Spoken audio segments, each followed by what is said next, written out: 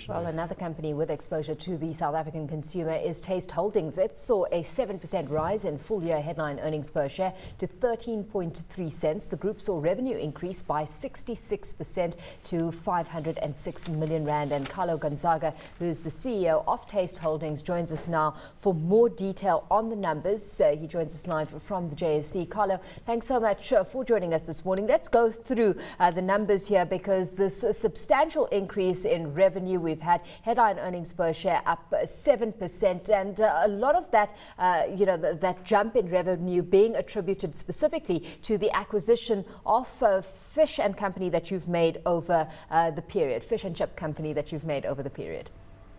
Yeah, that's right. Look, I suppose there was one other element, is that during the last 6 months, we also launched our food distribution business, which is probably the most significant thing that we've done in quite a long time. And of that increase in revenue, that was actually about 3/4 of that increase in revenue was attributed to that food distribution business. So, yeah, although we did have the Fish and Chip Company for 11 months versus 1 month last year, there was also the food distribution business that we put in during the course of last year. Carlo, looking at the sector that you're in, you've got Famous Brands, which seems to acquire something every other week. You've now got Burger King coming into that space.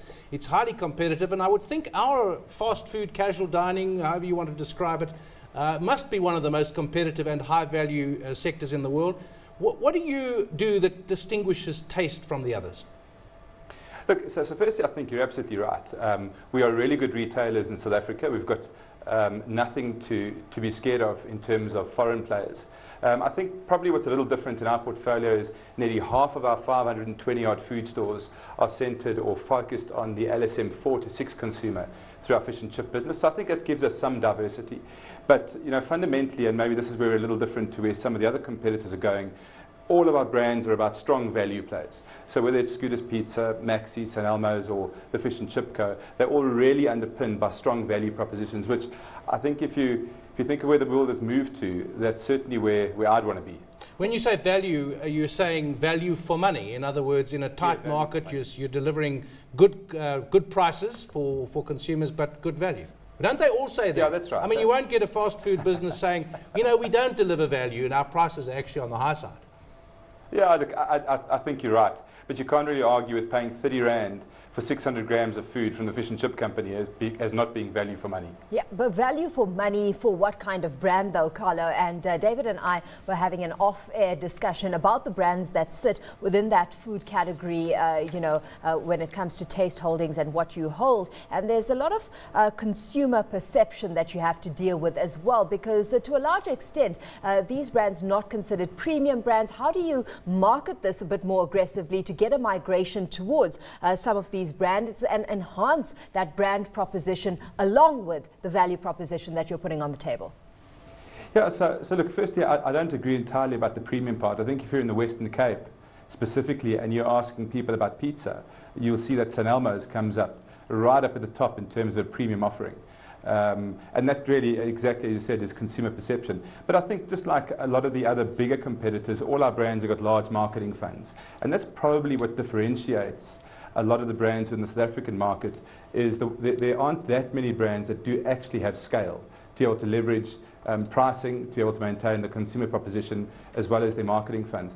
And that probably is the difference between the really cool little brands that you see that have got 10 or 15 stores and the brands that have got upwards of 70 or 100 stores. Yeah.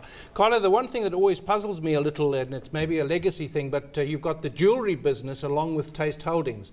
It just doesn't seem to fit. On the other hand, it does seem to do quite well. So is this the principle of if it works, let's not worry about the fit?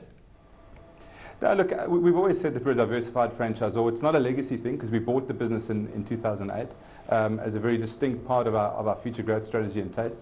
But it's a great business. We're unique in the segment. We're the only franchised jewellery chain in the country. We're the only vertically integrated jewellery chain in the country. And we've got a mix of corporate and franchise stores. And certainly in the last 2 years, we've had same-store sales that have honestly been quite astounding. 14% same-store sales for the last 24 months. Talk us through that vertical integration and how exactly it works on the jewellery side of things, because that alludes to where your manufacturing base sits, right? Yeah. So what firstly we distribute to all 77 of our stores. So that's on the one hand, whether they're corporate or franchise. But we also have a manufacturing division where we manufacture about 45% of everything that we sell, we manufacture. So in that respect, we vertically integrated, and we're the only guys that are vertically integrated. So it means that our lead times are a little shorter, which means we're not exposed to forecasting risk, certainly in terms of having to buy things a year before, because we can only do it 6 months before if need be. So we think it gives us some good opportunities that maybe some of our competitors don't have that we're able to leverage.